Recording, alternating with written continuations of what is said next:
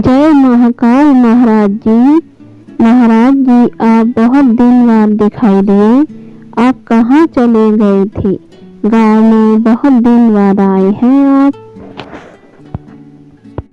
संक्रांति और पौष पूर्णिमा के समय भी आपको हम ढूंढ रहे थे। क्या आप कुंभ मेले में गए थे महाराज जी? हाँ, मैं कुंभ मेले में ही गया था। मेरे गुरुजी के साथ में कुंभ मेले में गया था कुंभ स्नान करने के लिए। कुंभ स्नान अमृत स्नान माना जाता है, मोक्ष की प्राप्ति होती है। इसीलिए मैं कुंभ स्नान करने के लिए कुंभ प्रयागराज गया था। इस बार प्रयागराज में 144 वर्ष बाद महाकुंभ का आयोजन हुआ है।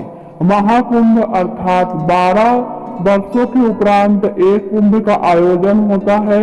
इस प्रकार 12 कुंभों का आयोजन के बाद 144 साल के बाद में 144वां महाकुंभ मनाया जा रहा है।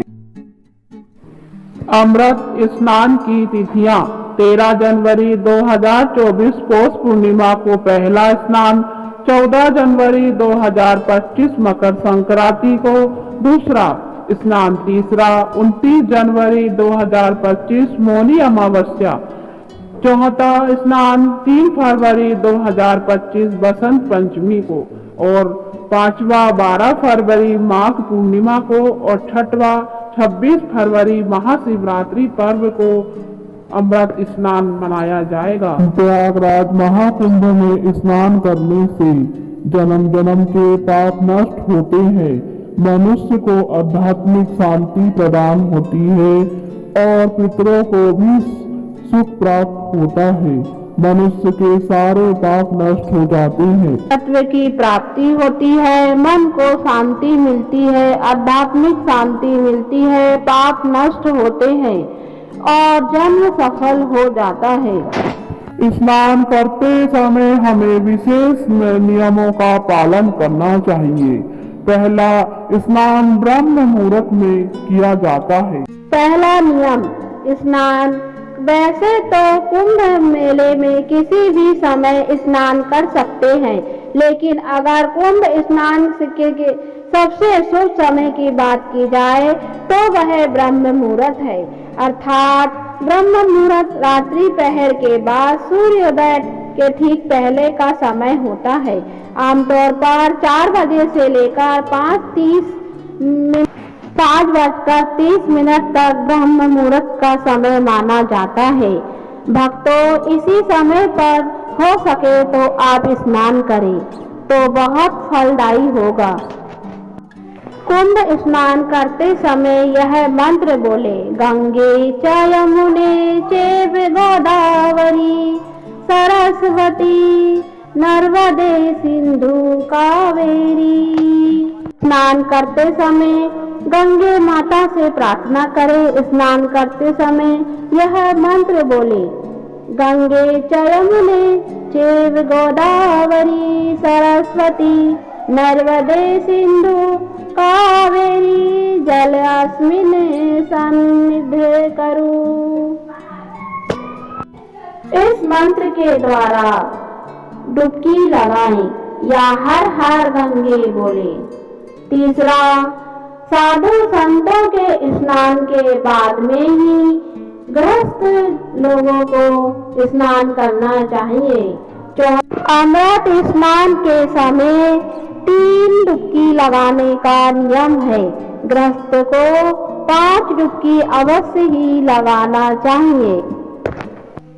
स्नान के बाद में गंगा मैया में कुछ दान करें, साधु संतों को दान करें और काठ महाकुंभ के मेले से अपने घर यह चीजें अवश्य लेके आए।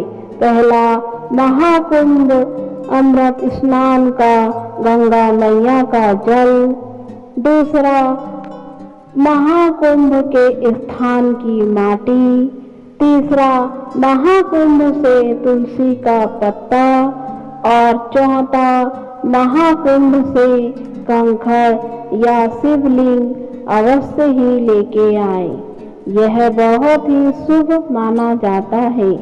इन चीजों का अपने घर पे रखने से सुख समृद्धि आती है, नेगेटिविटी जाती है, सभी देवी देवता प्रसन्न होते हैं और पूर्वजों को भी लाभ मिलता है। महाराज जी, यदि हम महाकुंभ ना जा पाए तो अमृत स्नान का लाभ घर पर ही प्राप्त कर सकते हैं क्या? अमृत स्नान करने की विधि बताएं ताकि हम महाकुंभ के अमृत स्नान का पुण्य घर से ही प्राप्त कर सके। यदि आप किसी कारणवश प्रयागराज महाकुंभ के शाही स्नान अमृत स्नान करने नहीं जा पा रहे तो आप अपने घर पर ही कुछ नियमों का पालन करते हुए महाकुंभ में स्नान का पुण्य प्राप्त कर सकते हैं। बेटा, महाकुंभ का स्नान मन से करना जरूरी है। मन से आध्यात्मिक रूप से शुद्ध होना जरूरी है। 13 जनवरी 2025 से प्रयागराज में शुरू हुआ महाकुंभ। करोड़ों श्रद्धालु वहां जाकर डुबकी लगाकर पुण्य प्राप्त कर रहे हैं। बहुत लोग किसी कारणवश प्रयागराज महाकुंभ शाही स्नान में शामिल नहीं हो पाते।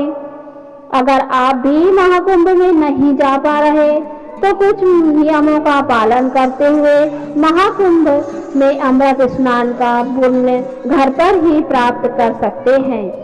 शाही स्नान सूर्योदय से पहले किया जाता है, इसीलिए सुबह में। हाँ, मैं आपको बताता हूँ, महाकुंभ में करोड़ों श्रद्धालु प्रयागराज में डुबकी लगाकर पुण्य की प्राप्ति करने शामिल होते हैं। बहुत लोग कुछ कारणवश से नहीं जा पाते हैं तो वे अमृत स्नान में शामिल नहीं हो पाते। अगर आप भी महाकुंभ में नहीं जा पा रहे और आपके मन में बहुत इच्छा है महाकुंभ अमृत स्नान करने की, तो कुछ नियमों का पालन करके आप घर में ही महाकुंभ अमृत स्नान जैसा पुण्य प्राप्त कर सकते हैं। आइए बेटा, मैं आपको बताता हूँ किन नियमों का पालन करें, कैसे महाकुंभ का लाभ घर पर ही प्राप्त करें। अमृत स्नान सूर्योदय से पहले किया जाता है, इसीलिए सुबह में सूर्योदय से पहले उठे। कोशिश करें कि किसी पवित्र नदी या सरोवर में जाकर स्नान करें।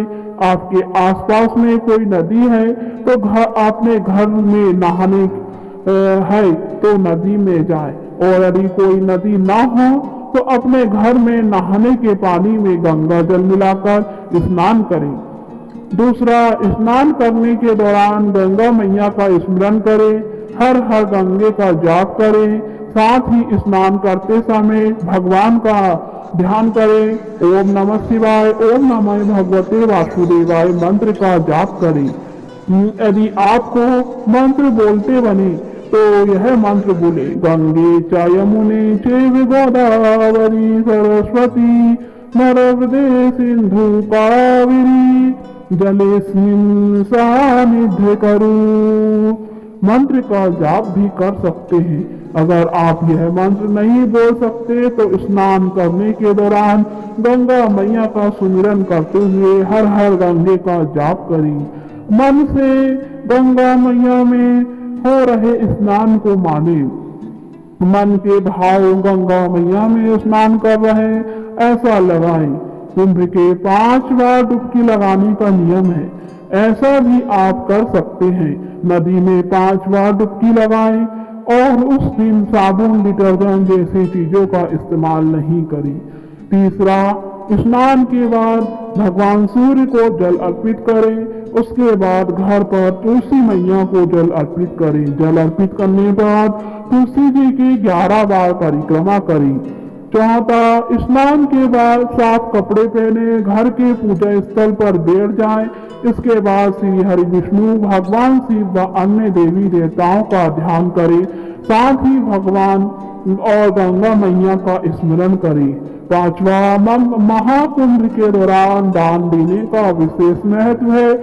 घर के आसपास गरीबों, जरूरतमंदों को खाना, कपड़े, धन का दान करना चाहिए। इन चीजों से करने से पुण्य की प्राप्ति होती है। जिस दिन आप स्नान करें उस दिन व्रत रखें, सात्विक भोजन करें। इस दिन प्याज, लहसुन, मांस, मदिरा आदि का सेवन नहीं करना चाहिए। इनसे तामसिक प्रवृत्तियां जागृत होती हैं और भजन में मन नहीं लगता है, इसीलिए मांस मदिरा का उपयोग नहीं करना चाहिए। 5वां महाकुंभ आत्मशुद्धि और आत्मनिरीक्षण का पर्व होता है। इस दिन कुछ समय कथा सुने, दिन में मंत्र का जाप करें, नाम जाप करें, ध्यान करें। अर्थात भक्तों, हमें इस दिन अपना दिन पूजन पाठ में, भगवान स्मरण में बिताना चाहिए। इस दिन किसी की बुराई, निंदा, क्रोध आदि नहीं करना चाहिए। तो आपको घर बैठे ही ये महाकुंभ और अमृत स्नान का पुण्य प्राप्त हो जाएगा। हर हर गंगे मन से करिए, तन ना जा पाए पर मन तो जा पाएगा गंगे मैया की शरण में। हर हर गंगे।